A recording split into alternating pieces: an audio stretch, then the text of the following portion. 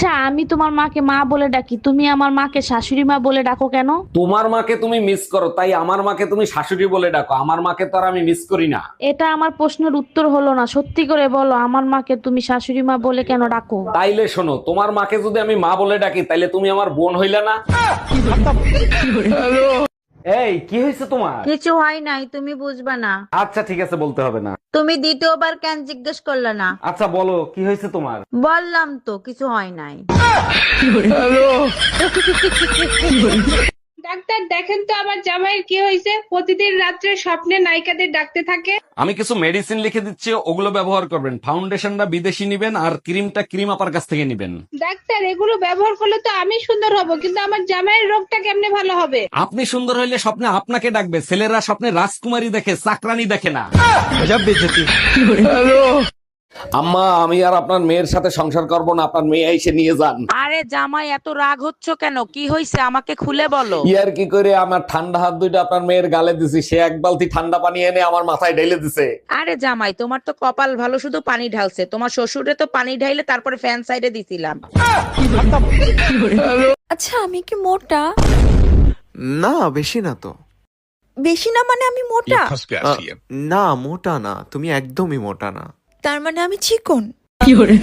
না তুমি চিকনও না। তার মানে আমি মোটা? না তুমি মোটাও না চিকনও না, তুমি মানে মাঝখান বরাবর। কি বলো এটারে? কঙ্কাল?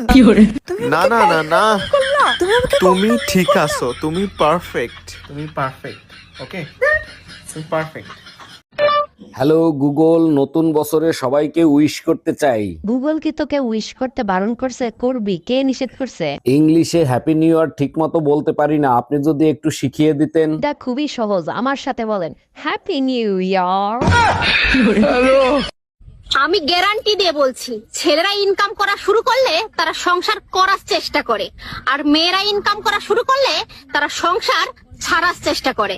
কথাটা যদি ঠিক বলে মনে হয় অবশ্যই কমেন্টে জানিয়ে যাবেন।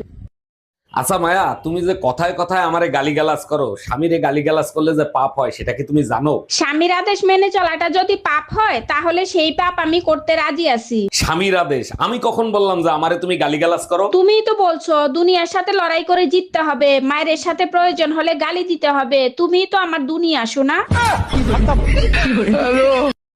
আমি বাংলা শিক্ষিকা হয়ে গেছি প্রিয়।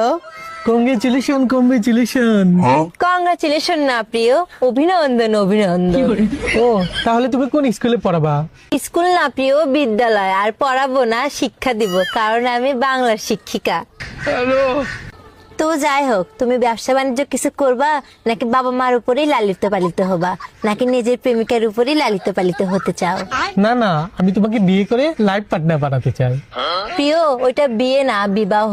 আর লাইফ পার্টনার না, জীবন সঙ্গিনী। কারণ তুমি তো জানোই আমি বাংলার শিক্ষিকা।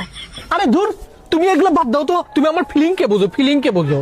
প্রিয়, ওইটা ফিলিং না, ভাবো না, কারণ আমি বাংলার শিক্ষিকা। আসলেই তুমি পাগল, তোমার মাথার সমস্যা হয়ে গেছে। পাগল না, অবোধ। আর মাথা না, মস্তিষ্ক। দেখ, তোমার সাথে ব্রেকআপ মানে ব্রেকআপ ব্রেকআপ। শোনো প্রিয়, ওইটাকে ব্রেকআপ না, সম্পর্কের ইতি বলে। কারণ